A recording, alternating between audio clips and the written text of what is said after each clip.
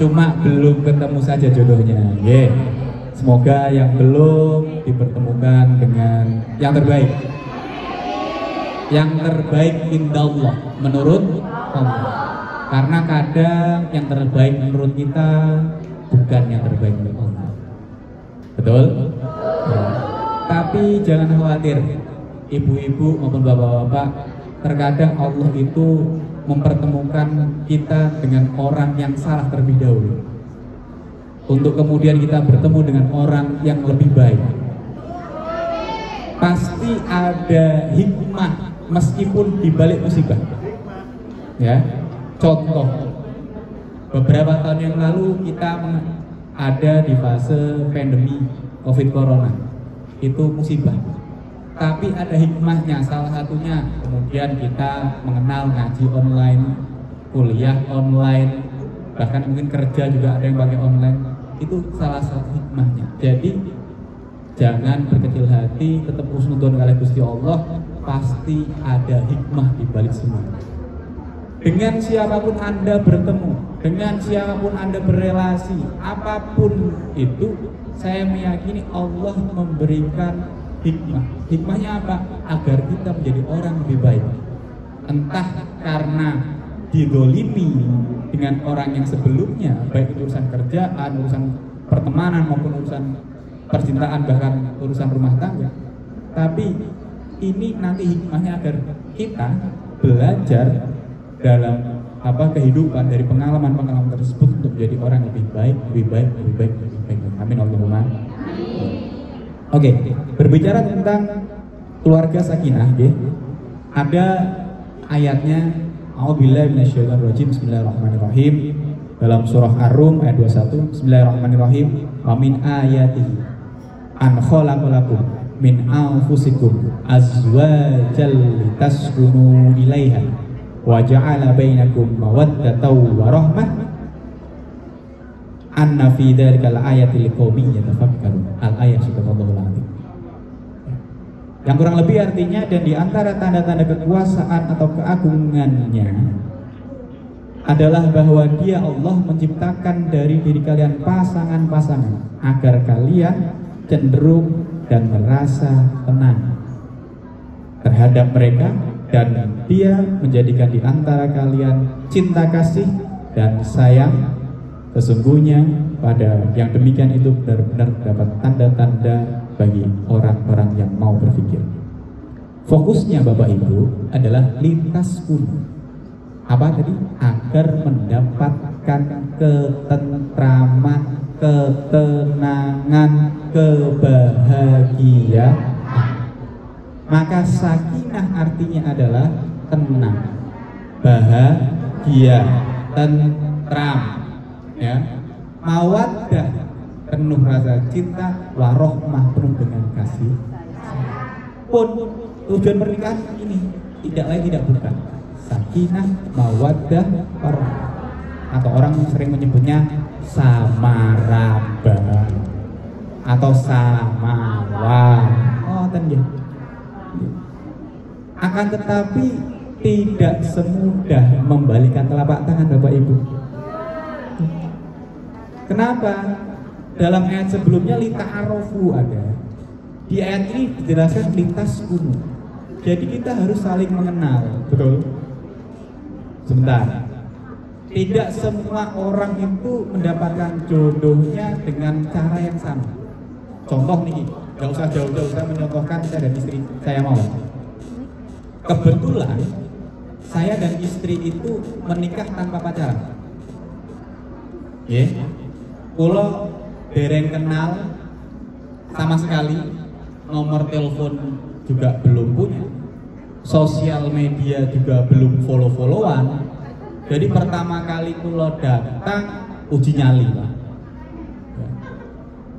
Saya datang sendiri didampingi orang yang mengenalkan saya tentunya, belum didampingi orang tua saya karena saya belum mau gitu. Nanti biarkan saya uji nyali dulu. Kalau matur sama orang tua, memastikan dulu orangnya mau enggak dengan saya karena belum kenal. Ya, belum kenal, uji nyali, pertama ketemu ngajak nikah. Kendel Pak ini. Alhamdulillah. Lanang tenan ini. Loh, sering saya sampaikan, esensi cinta sejati bukan bilang I love you, tetapi bilang mobil tuh. Betul? Keprok atuh. Oh yang sing dibawa keprok atuh gitu. Oke, jadi ngeten, kenapa saya sampaikan itu? Karena untuk bilang I love you, I need, ya, aku cinta padamu, kula tresno kalih panjenengan, itu gampang. Ketemu siapapun kita bisa bilang, terlepas yang jawab kadang I hate you, bukan I love you too. Ya, tapi at least untuk mengucapkan itu gampang. Betul betul. Coba kita komparasikan ketika panjenengan qabil tu nikah wa tazwijah bi nafsi bil mahril madhkur ala. Kayaknya yang tadi mufrad mu'annas tuh pengen banget denger gitu nih. Kapan jatahku kan gitu. Kenapa saya bilang susah? Karena butuh beberapa hal. Kalau bilang I love you, ketemu siapapun bilang bisa, tapi untuk bilang itu butuh berbagai macam, ya. Kita tahu dalam Islam dijelaskan ya ma'syaras syabab manis atau aminkum, dalam hadisnya Kanjeng Nabi, ya ma'syaras syabab manis atau aminkum alba'ata falyatazawwaj. Wahai para pemuda, apabila kamu sudah mampu untuk mendapatkan ba'at, al-ba'ata ini kalau makna kitab Kiai kuno nyebute mahar, mas kawin, bukan mbak kawin, ya. Itu mas kawin, bukan mbak kawin. Nah, tapi sering saya sampaikan juga dalam beberapa literatur yang saya baca, al-ba'ata ini bukan kok mas kawin tok. Tapi ketika kita sudah siap, ya, punya mahar mas kawin, ya, siap secara mental, secara emosional, secara finansial, dan yang paling penting satu lagi, ada pasangannya. Maka menikahlah, falyatazawwaj. Karena terusannya fa'ilam yastati, kalau kamu belum mampu, kayak sing jomblo-jomblo mau kayak, ya, falyasum posono. Ini lah kok durung duwe bojo, ora gelem tirakat, ora gelem poso ya suwi. Ya. Kenapa disunahkan berpuasa? Terusannya lagi, fa innahu lahu wijah. Karena puasa ini bisa menjadi tameng, bisa menjadi perisai kalian untuk berbuat dosa. Seperti itu. Itu urutannya. Yeah. Maka tahapan-tahapan seperti itu, jangan kemudian laki-laki umur 25 pokoknya saya harus rabi. Kudu nikah nopo? Sunnah Rasul. Kanjeng Nabi nikah umur 25, maka saya umur 25 harus nikah, padahal kesiapan finansial belum ada, secara emosional belum ada, dan pasangan aja belum ada, merah bicara sopo. Maka sunnah itu sering saya sampaikan, ketika kita mau mengamalkan sunnah Rasul, biqadril imkan kita, sesuai kadar kemampuan kita. Betul? Panjenengan semua, terutama yang perempuan, rata-rata suka makan bakso gitu. Jenengan pernah dengar Rasulullah kalau dahar pakai 3 jari, pernah dengar? Pernah ya? Rasulullah itu kalau daharan, kalau makan pakai 3 jari, karena dahare kurma. Terus kira-kira nak jenengan pengen mangan bakso tangan bisa berarti? Nggak bisa. Nggak bisa. Gini kan? Gini lagi. Maka biqadrilkan. Ini juga kadang, mohon maaf, ada beberapa, ini dalilnya bapak-bapak yang pengen poligami, ya. Alasannya sunnah Rasul. Sunnah yang mana? Kanjeng Nabi itu lebih lama mana, poligami atau monogami? Lebih lama monogami, lebih lama menikah cuma 1 orang dengan Sayyidah Khadijah. Baru setelah Sayyidah Khadijah wafat, kabundut, ada perintah-perintah dari Allah untuk kanjeng Nabi menikah, bukan nurutin nafsunya. Jadi kalau ada orang mau istrinya lebih dari satu, mohon maaf, alasan sunah Rasul, gampang diwalik aja. Sampean sing lanang umur selawe rabi rondo 40 tahun. Kan kudu urut, gitu. Nggih nak pengen tiru Kanjeng Nabi, Kanjeng Nabi garwane pertama 40 tahun rondo. Lah Joko gelem ora? Mboten. Terus di antara semua istri Kanjeng Nabi sing perawan sapa? Aisyah tok tim. Lah rata-rata orang yang mau poligami maunya perawan kabeh. Nyelang. Oke, ini tidak akan membahas itu ya. Ini karena kita lebih ke ayat apa? Bagaimana kemudian kita menjadi keluarga yang sakinah mawaddah. Kenapa tadi saya bilang tidak semua orang mendapatkan jodoh dengan cara yang sama. Kebetulan pula dengan garwan ini tanpa pacar. Akan tetapi ada juga yang dijodohkan, bahkan nggak kenal ada. Ada juga yang pacaran, ada. Oke, saya tidak akan membelani atau membanding-banding, mengkompar, mengatakan bagus yang mana. Tentu yang paling baik sebenarnya yang tanpa pacaran, karena di Islam tidak mengenal pacaran. Adanya ta'aruf, ya, ada nazar, khitbah, ya, nazar, ta'aruf, khitbah. Nih, tidak pernah saya mendengar ada al-pacaranu sunnatun,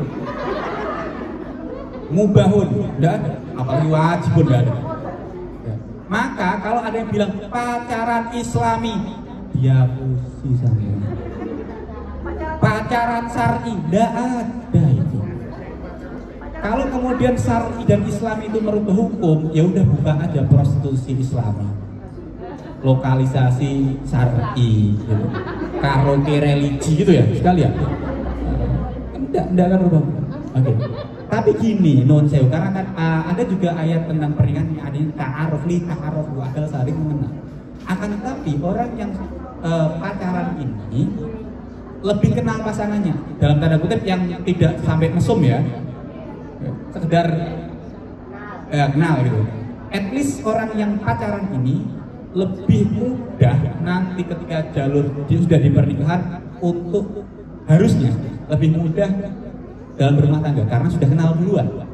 Berbeda dengan yang dijodohkan atau seperti saya bahkan belum kenal sama sekali. Ya, karena kenalannya setelah menikah. Ya. Tapi kira-kira Bapak Ibu, jenengan gadah perkara anyar karo perkara lawas itu kena. Ada makalah mengatakan kullu jadid ladid. Setiap perkara yang baru itu pasti enak. Kira-kira jenengan sing rata-rata udah nikah semua. Yang belum pernah sama sekali, kemudian pegang ngeten iki.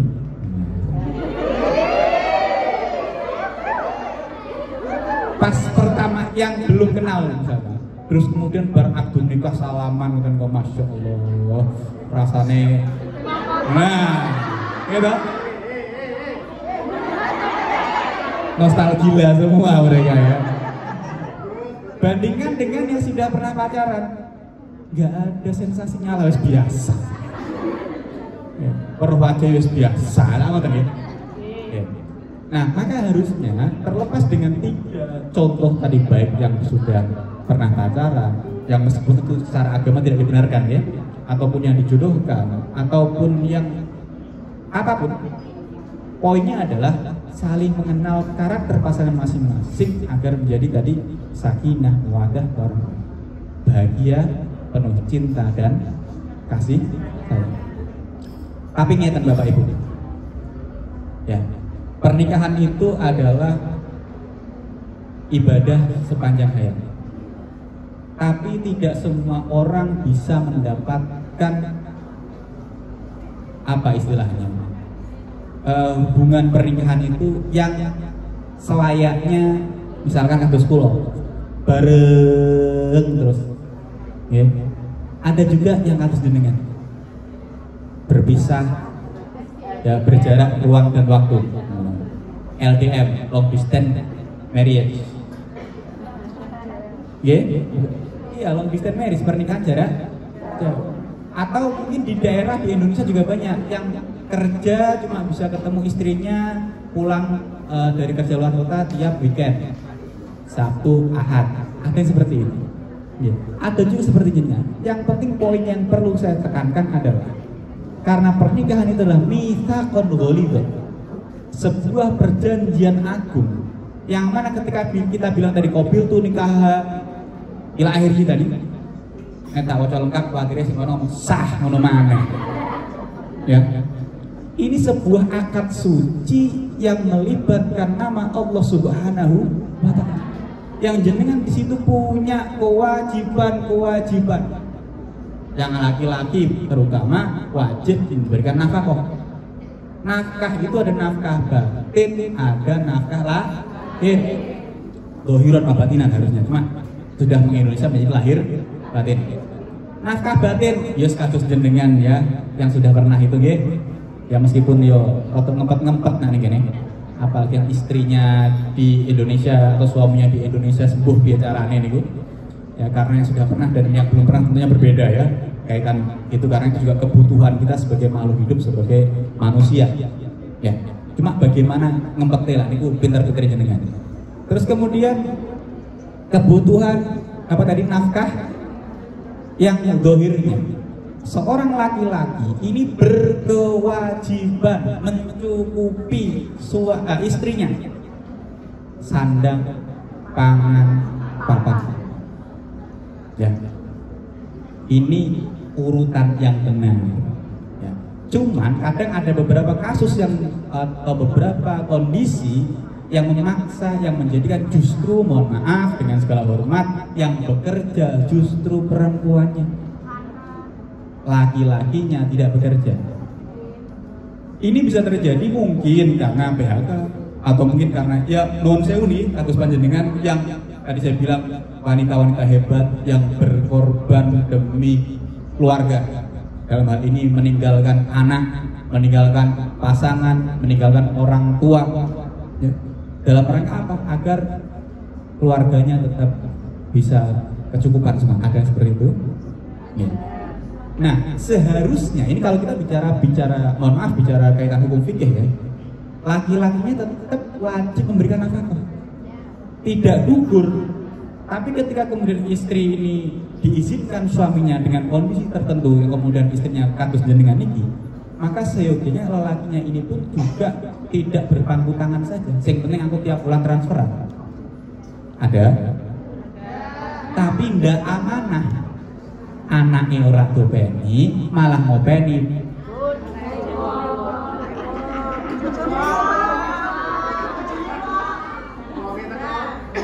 Nah, udah bilangin, iya. Karena mohon maaf di daerah saya beberapa ada juga yang seperti itu. Tiap bulan transferan, kon gawe omah, kon ngopeni anake, omahe ra dadi, anake kleleran, duwite entek.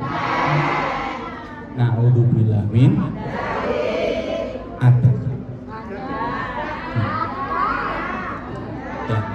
Maka itu pentingnya sebenarnya tadi Islam pun tidak menggugurkan laki-laki ini nafkah.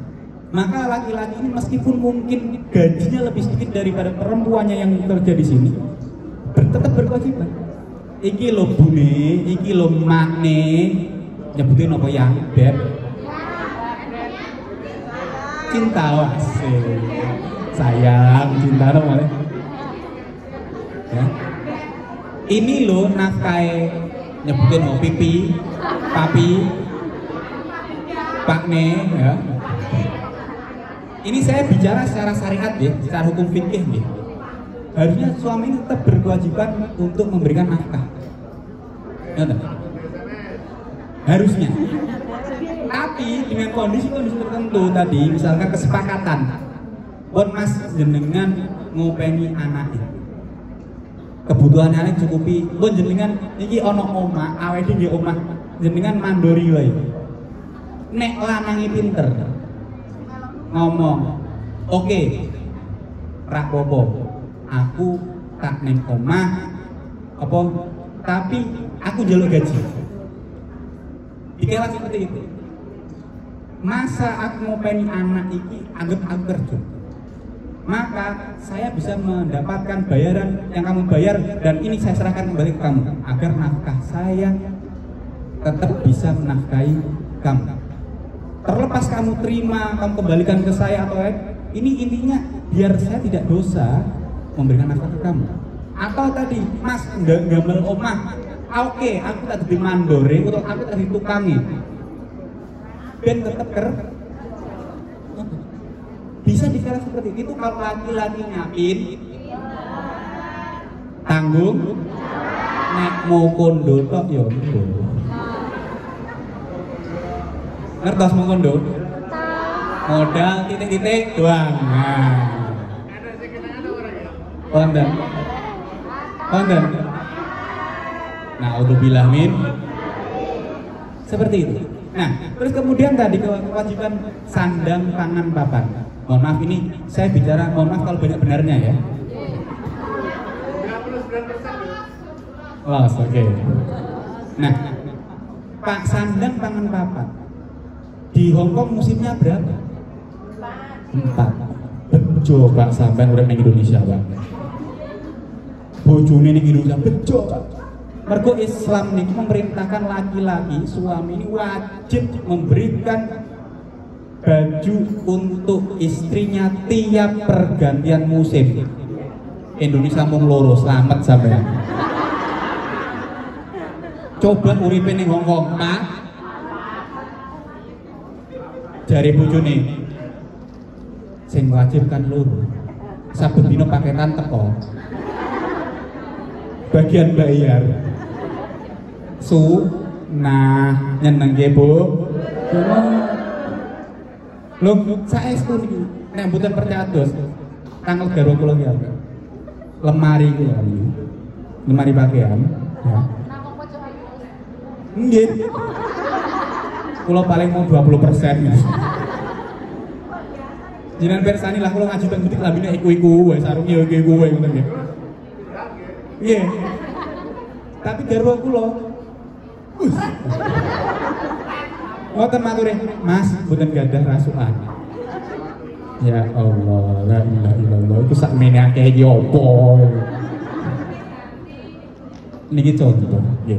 Tapi tadi saya niatinya nangke bojo kula. Jadi sunnah. Kalau ada orang bilang, wah laki-laki takut istri, nggak ada laki-laki takut istri. Harus. Yang ada adalah laki-laki yang menghormati istrinya, menuruti istrinya karena saking cintanya suaminya pada istrinya. Oh.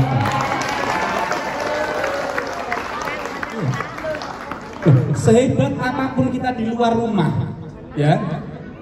Sehebat apapun kita di luar rumah, ini beliau-beliau ini, ya.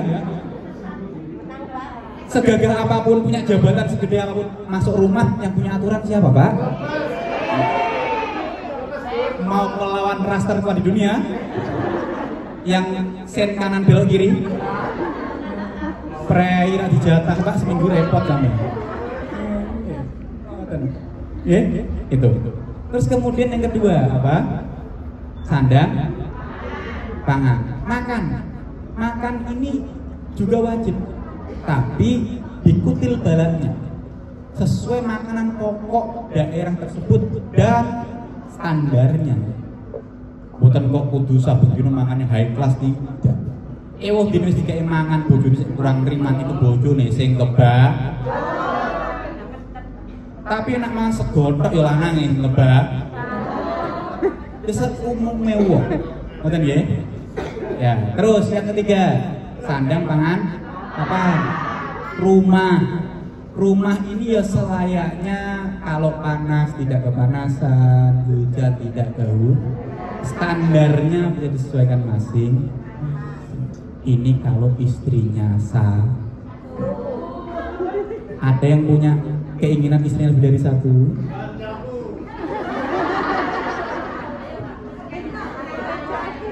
Ya. Tapi istri itu Pak, Bu, ya, istri itu wajib 3. Saya berani meskipun 11. Istri itu wajib 3. Karena kalau 1 is 1, 2 is 2, 3 is 4 is Makanya kalau nyebutnya garwo. Sigarane nyawa 100 sih bu. Iya. Tadi ya. Nah tadi sandang, pangan. Kalau istri yang lebih dari satu, ini dalam Islam disebut nanti ada kosem, gilir. Gilir itu, yuk ono tata carane. Coba seminggu itu berapa hari? 7. Kalau harus adil, berarti seminggu dibagi 2 berapa? Nggak ada 3,5. Ini secara hukum fikih ya saya bilangnya ya. Maka 3 hari di istri tua, 3 hari di istri muda, 1 harinya.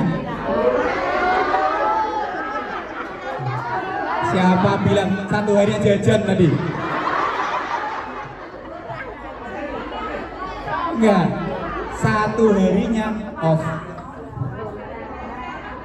Kenapa saya sampaikan? Karena tadi kaitannya juga dengan papan. Maka orang kalau suami istrinya lebih dari 1, rumahnya berapa? Salah, rumahnya 3. Karena istri pertama, istri kedua, dan harus 1 lagi. Ini nggak boleh. Meskipun buatan kumpul kali bojo di off day ini, sekedar menemui istri pertama atau istri kedua bertemu saja nggak boleh. Secara syariat ya, secara agama. Prakteknya neng bojo nom terus. Kalau istrinya 3, berarti berapa?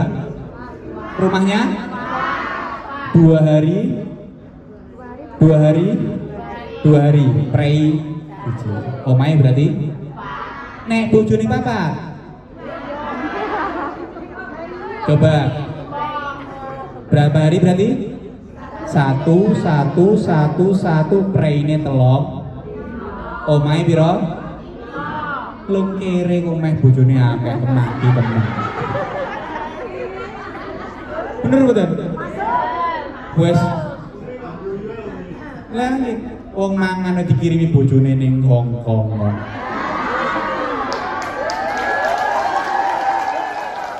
Ono.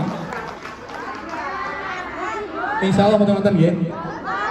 Kok kemaki men njaluk aku bune aku tak rabi meneh ya. Jangan. Mas sampean tak kirimi ramangan, Mas. Oh tadi ya. Ini kita bicara secara fikihnya. Cuma kan kadang tadi saya sampaikan di awal juga ada beberapa kasus-kasus yang mungkin di luar ranah fikih. Solusinya seperti apa kayak tadi? Kewajiban nafkahnya kalau laki-lakinya pintar, laki-lakinya bilang seperti itu. Oke, saya nggak kerja, tapi saya minta upah menjaga anak saya, ini untuk gaji saya yang nanti saya sampaikan ke kamu. Terlepas kamu kirim balik ke sini atau buat kamu, terserah. Intinya ini kewajiban nafkah saya agar tidak gugur, agar saya tidak berdosa. Seperti itu harusnya. Atau tadi bangun rumah, atau misalnya Mas, Pak ne karo ibu ne wis sepuh dopeni Mas, tidak apa-apa. Ya, jadi saja wes aku kerja, tak niati kerja. Ya meskipun khidmah orang tua, ya agar apa? Agar kewajiban dari membayar nafkahnya bisa tidak gugur seperti itu, oke?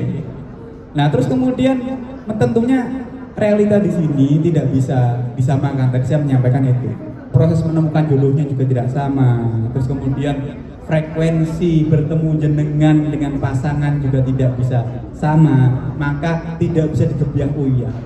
Maka sakinah mawaddah warohmah bagi orang yang LDM internasional seperti panjenengan ini butuh banyak tips dan trik. Betul?